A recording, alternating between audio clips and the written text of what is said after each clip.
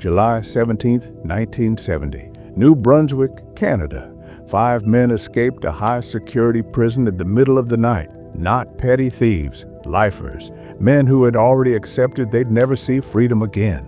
But that night, freedom was real. Cold air, open woods, and the sound of fences fading behind them. Their plan was simple: run until the world forgot their names, cross the river, cut west, and disappear into the United States. But the forest didn't forget.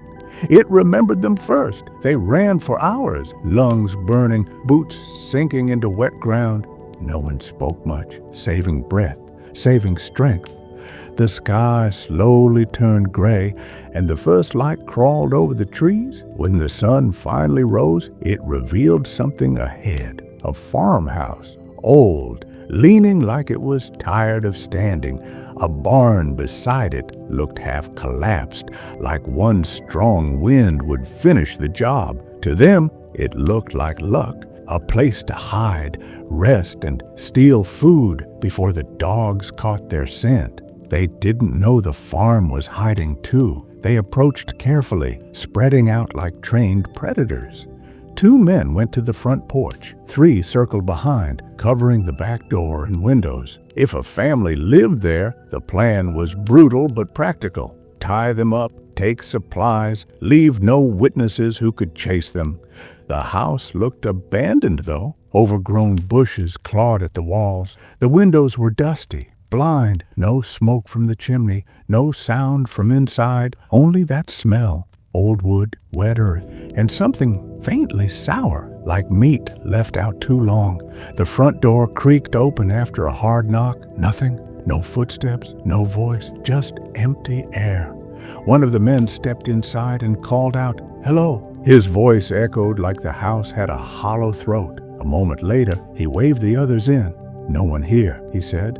The group moved room to room, searching fast. The inside was worse than the outside. Dirty floors, torn curtains, claw marks on door frames. It looked like animals had lived there, but not the kind that belonged in a barn.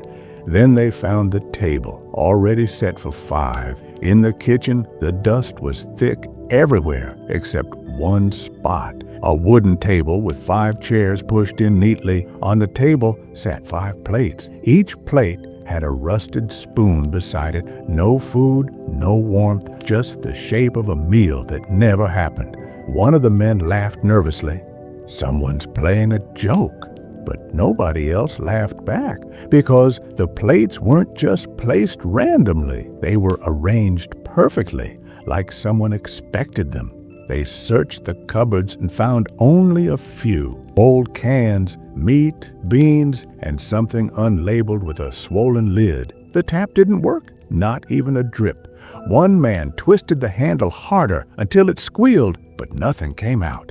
Their mouths were dry, lips cracking. Thirst was turning them stupid. "Check outside," the leader ordered. "Find a well." One of them, Sam, stepped out through the back, boots crunching on gravel. The others stayed inside, opening drawers, ripping through cloth sacks, sniffing jars that smelled like mold. Minutes passed, then 10. Then a shout cut through the morning. Not a normal shout, not a found water shout.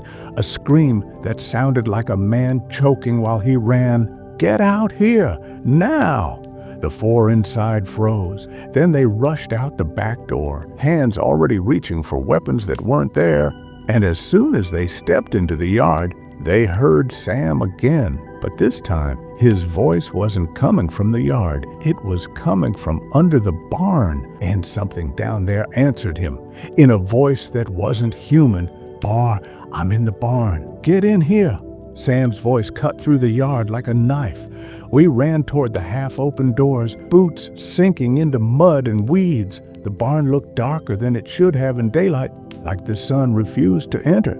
We stopped at the entrance for a second, all of us breathing hard, sharing the same thought. If this was a trap, it was the perfect place for it.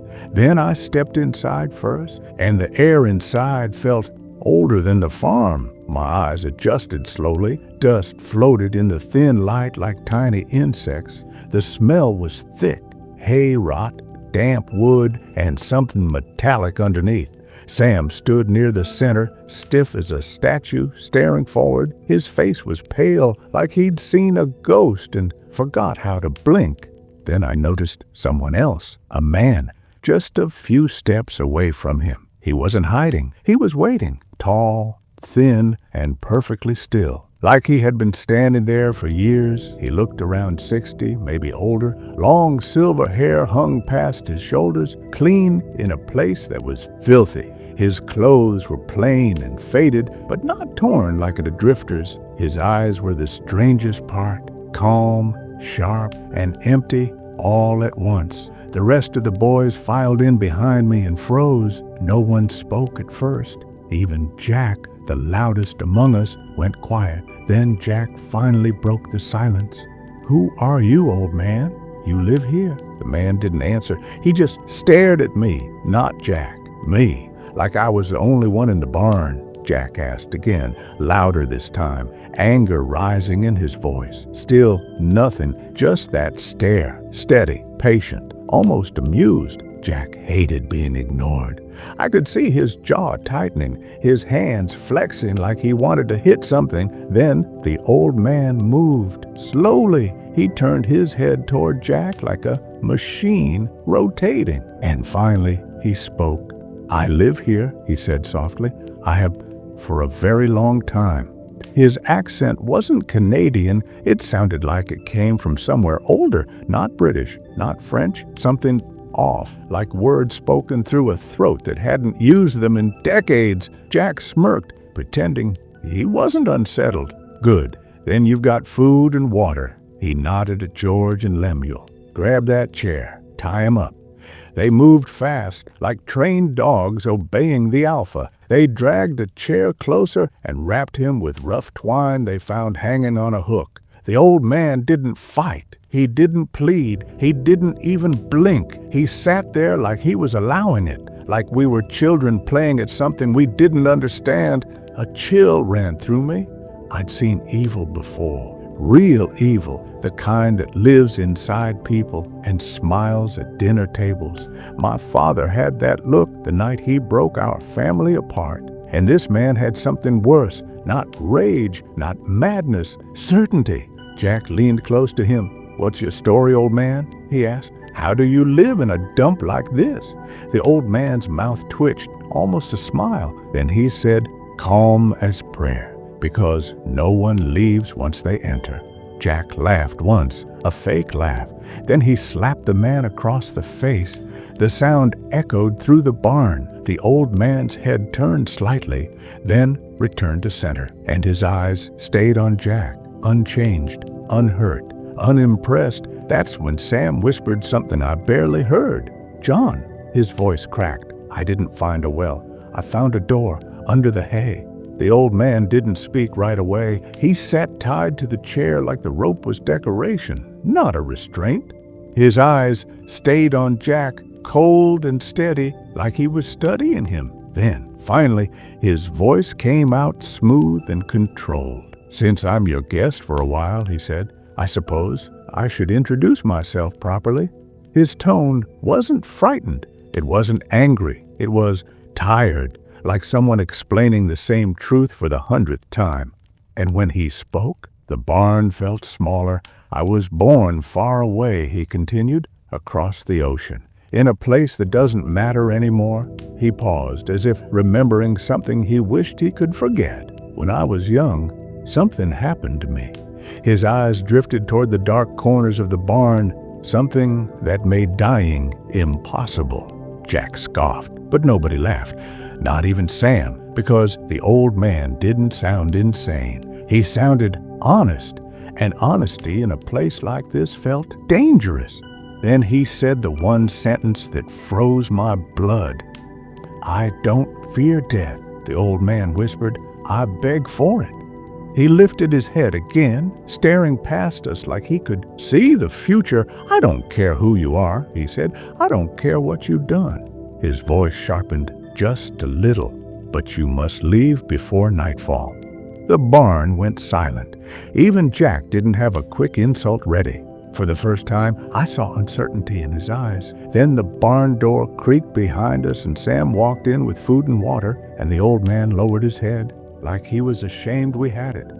Sam dropped a bucket beside us and held up a few cans. "Found this," he muttered. Jack forced a laugh, acting tough again. "See? Crazy old man was just trying to scare us."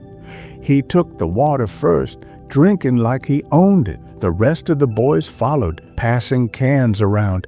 We ate in a patch of light where the roof boards were broken. The others joked about America, about new names, new lives, clean beds. But I couldn't stop watching the old man because his calm didn't look like peace. It looked like resignation. And then I noticed something. The water wasn't from a well. It smelled wrong. Not like fresh groundwater, not like cold stone and clean earth. It smelled faintly sweet, like something decaying nearby. I didn't drink much. The others didn't care. They were thirsty enough to swallow anything. Jack wiped his mouth and leaned back against a beam. "All right," he said. "We wait here until it's dark. Then we move." He looked up toward the loft. "Someone takes watch. If cops come, we need a head start." George volunteered, always eager to prove himself. He climbed up into the loft and disappeared into the shadows above. The rest of us spread out on old hay and broken boards, trying to sleep. The barn was warmer than outside, but it felt wrong, like the air had been trapped in here too long. As I lay there, I heard the old man whisper something under his breath, not to us, to himself. A prayer or a warning. I couldn't make out the words. My eyes finally closed, and I slept harder than I meant to. The next thing I remember was a hand shaking my shoulder. Lemuel's face hovered above mine, pale in the dim light. "It's your turn," he whispered. His voice was tight, nervous, not like before. I sat up slowly, rubbing my eyes. "What's wrong?" I asked. Lemuel swallowed. "George came down from the loft," he said, "but he didn't climb down." My stomach dropped. "What do you mean?" Lemuel pointed upward, his finger trembling. "He fell, and when he hit the ground, he didn't make a sound because his mouth was full of hay, packed in like someone stuffed it there." I climbed up to the loft with slow, careful steps, my body still heavy from sleep. The ladder groaned under my weight like it wanted to betray me. From the small loft window, I watched the land outside. Late afternoon. The sky had that tired orange color that meant we didn't have long, a few hours, and we'd be moving again, running west, disappearing into the dark.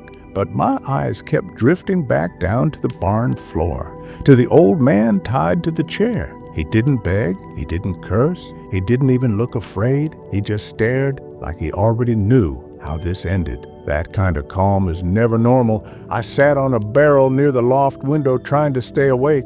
I told myself I was guarding the others. Truth was, I was guarding my own nerves. Every creak of wood sounded like a footstep.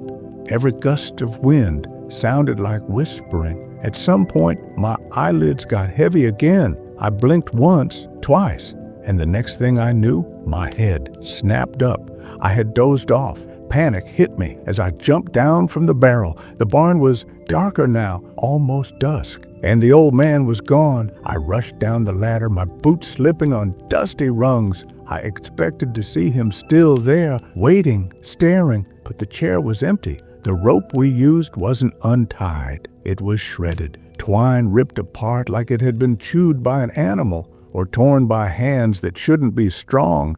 I yelled for the boys, loud enough that my voice bounced off the beams. They woke up fast, stumbling to their feet. Jack's face tightened when he saw the broken rope. Sam whispered, "That's not possible." Then something moved in the back of the barn, a faint sound, wood shifting, a soft scrape like nails across boards. It came from the dark rooms behind the stables, places we hadn't checked properly. Lemuel grabbed my arm. "Forget this," he hissed. "We leave now." But Jack's pride flared up like a match. "I'm not leaving without saying goodbye," he muttered. He stared into the darkness like he wanted to prove something. "If he knows who we are," Jack said, "he's a problem." Then he looked at us. "If you're scared, wait here." Jack walked into the dark, and the barn swallowed him whole. We watched him disappear between the stalls. Moonlight slipped through cracks in the wood, barely enough to see dust floating in the air. My hands were shaking so badly I had to clench them into fists. The barn felt wrong, not abandoned, occupied. Jack's footsteps faded. One step, two, three, then silence. A long silence, too long. Then a low sound rolled out from the back rooms. Not a human voice, not an animal either. A growl, deep and slow like something waking up. Jack shouted, "You son of—" His words cut off mid-sentence, like someone had closed his throat with one hand.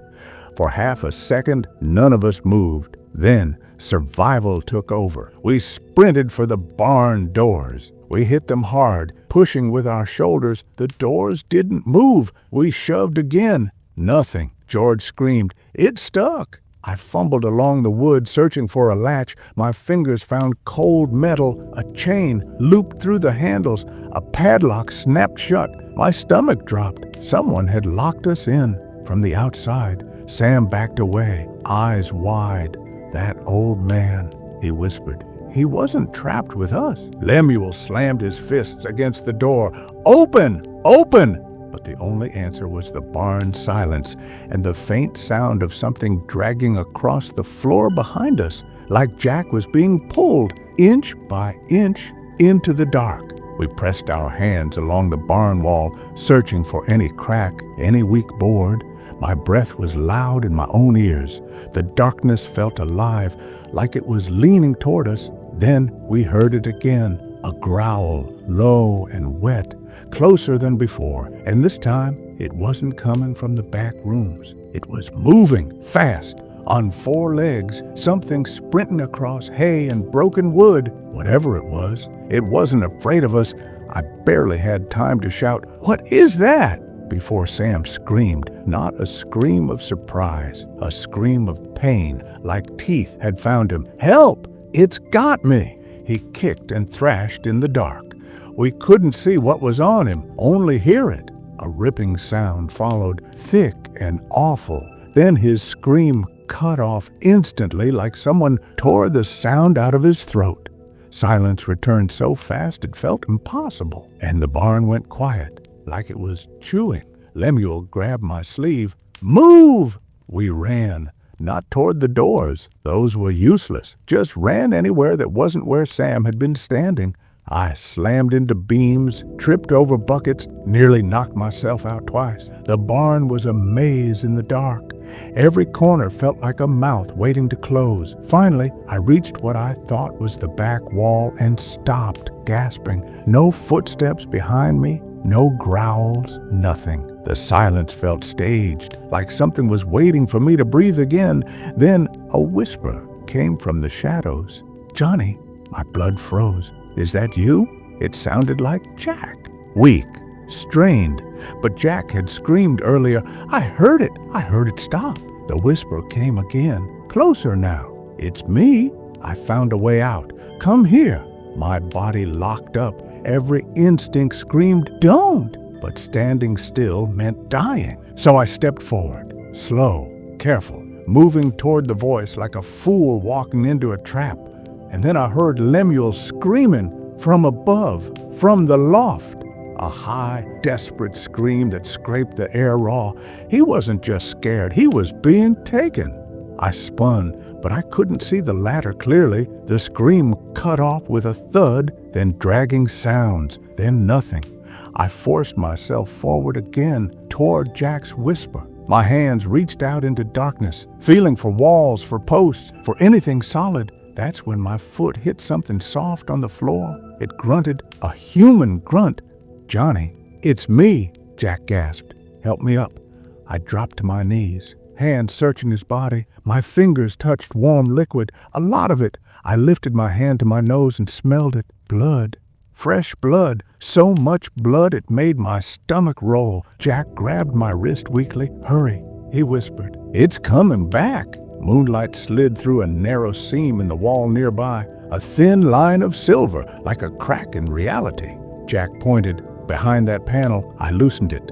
I shoved the wooden boards with my shoulder. They shifted just enough, a hidden gap, a crawl space to the outside. We squeezed through, Jack groaning the whole way. The night air hit my face like freedom, but freedom didn't feel safe. It felt like we were leaving a stomach, not a building. And behind us, the barn started breathing again. We didn't stop. We staggered into the woods, moving fast as Jack's broken body allowed. He was torn up, deep scratches, bites, something worse under his shirt. He kept mumbling nonsense like he was dreaming awake. We walked all night, following the slope downhill until we found a road at dawn. Cars passed. People stared. Someone called the police. We didn't even resist. Not after what we saw, not after what followed us out of that farm. Because Jack didn't survive the night. Not really. His eyes were open, but he wasn't all there. He kept whispering the same sentence over and over. He didn't lock us in, he locked it out. When the officers arrived, they cuffed us fast. They asked where the others were. I tried to answer, but my mouth couldn't form it. How do you explain a thing like that? All I could do was point back toward the tree line and shake my head. One officer laughed nervously and said, "It's just an old farm." But his face changed when he saw the scratches on Jack's throat. The police went to the farm that same morning and found it spotless.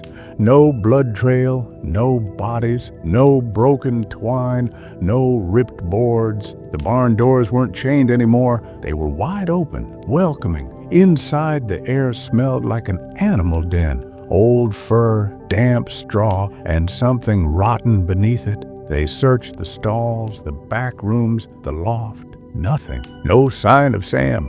No sign of Lemuel. No sign of George. Not even Jack's footprints. Then one officer climbed to the loft and froze. Sitting in a chair, calmly reading a book in the moonlight, was the old man. Clean, composed, like he'd never been tied up at all. The officer demanded, "Who are you?" The old man looked up slowly and smiled. Not friendly, not cruel, just ancient. "What took you so long?" he asked. They arrested him, but when they dragged him down the ladder, he didn't fight. He didn't protest. He only stared at the barn floor like he was listening to something underneath it. They searched deeper, and under one of the stalls, they found a hatch hidden beneath hay, a door leading down into the earth. The room below wasn't a cellar, it was a grave. Bones stacked like firewood. Dozens, maybe more. Some picked clean, some with fresh tissue still clinging like something had fed recently, and carved into the wooden wall in deep scratches were the same words repeated again and again. "I can't die, so I feed it." Because the old man wasn't the monster. He was the caretaker. Weeks later, Jack died in his cell. But the autopsy report didn't make sense. There were no bite marks on his body, no infection, no reason, except one detail the doctor couldn't explain. Jack's stomach was filled with hay, packed tight, just like Sam's mouth. And on the inside of Jack's prison uniform, someone had stitched a message in clean thread. "You left the farm, but the farm didn't leave you." The police never gave the public an exact number. Some officers said it was 20 bodies. Some said 50. One detective whispered it could have been over 100. Most of the bones were old, dry, and clean, like they had been licked by time itself. But a few were different, still stained, still recent. And one thing haunted the search team more than the bones. One of the men was never found. Not a tooth, not a finger bone, nothing, like the farm had kept him whole. Somewhere else, inside the house, they found relics that didn't belong in a Canadian farmhouse. Antique tools, letters written in ink that had turned brown with age, coins dated centuries earlier, and a photograph hidden behind a loose wall panel.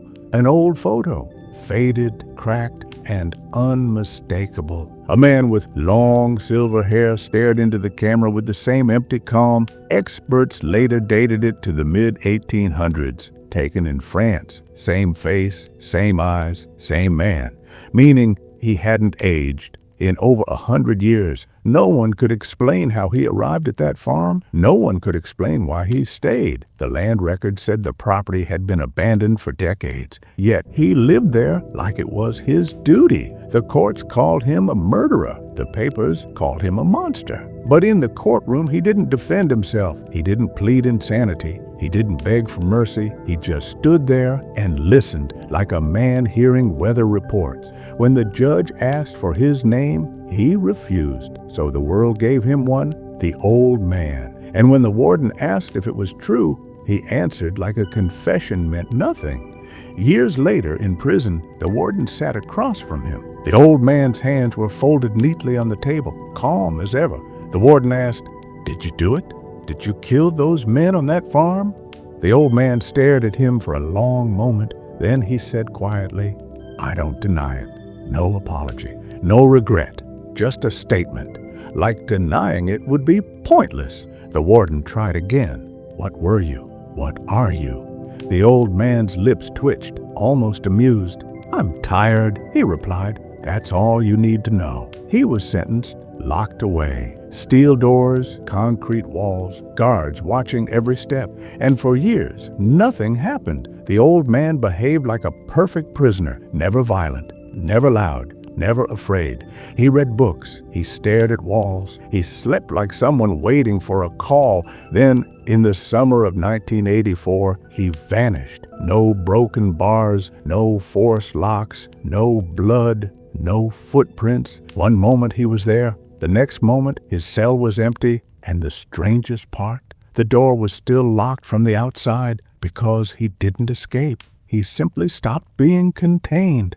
A search was organized. Dogs, helicopters, patrols, nothing. No trail, no sign. He disappeared like mist. Years later, a new family bought the land where the farm once stood. They rebuilt parts of the fence. They cleared weeds. They tried to make it normal. But the forest didn't allow normal. They reported seeing an older man at the edge of the property sometimes, not sneaking, not hiding, just standing there, staring, then walking back into the trees. Every time they approached, he was gone, like he was checking on something, making sure it was still fed. Jack survived his injuries, but he paid a price. His left arm was damaged so badly the doctors had to remove it. He never spoke much after that. When asked what happened in the barn, his eyes would drift away like he was hearing something far off. He would only say, "It wasn't a man." And then he'd go silent again when they questioned me. "John, I told them what I believed. I didn't care if they laughed. I didn't care if they called me insane, because I heard the growls, I heard the running, I smelled the din, I saw what dragged my friends into the dark. And I knew the old man wasn't the predator. He was the leash. The police called it superstition. The courts called it madness. But deep down, the warden believed me, because he asked one final question, almost in a whisper. "If you had to name it, what killed them?" I swallowed hard and answered, "A werewolf." The room went quiet. Even the guard stopped moving. The old man didn't laugh. He didn't deny it. He just stared at me like I had finally said the correct word. Then he leaned forward and spoke so softly only I could hear. "You're wrong. It's not a wolf." My skin went cold. "What is it then?" I whispered. The old man's eyes flicked toward the small prison window, toward the trees beyond the walls, and he said, "It's hunger." That night, I couldn't sleep because I realized something worse than monsters exists. A man who lives forever and has to keep something else alive with him. And if the old man was gone, that meant the thing he was feeding was free again. For more scary horror stories, subscribe.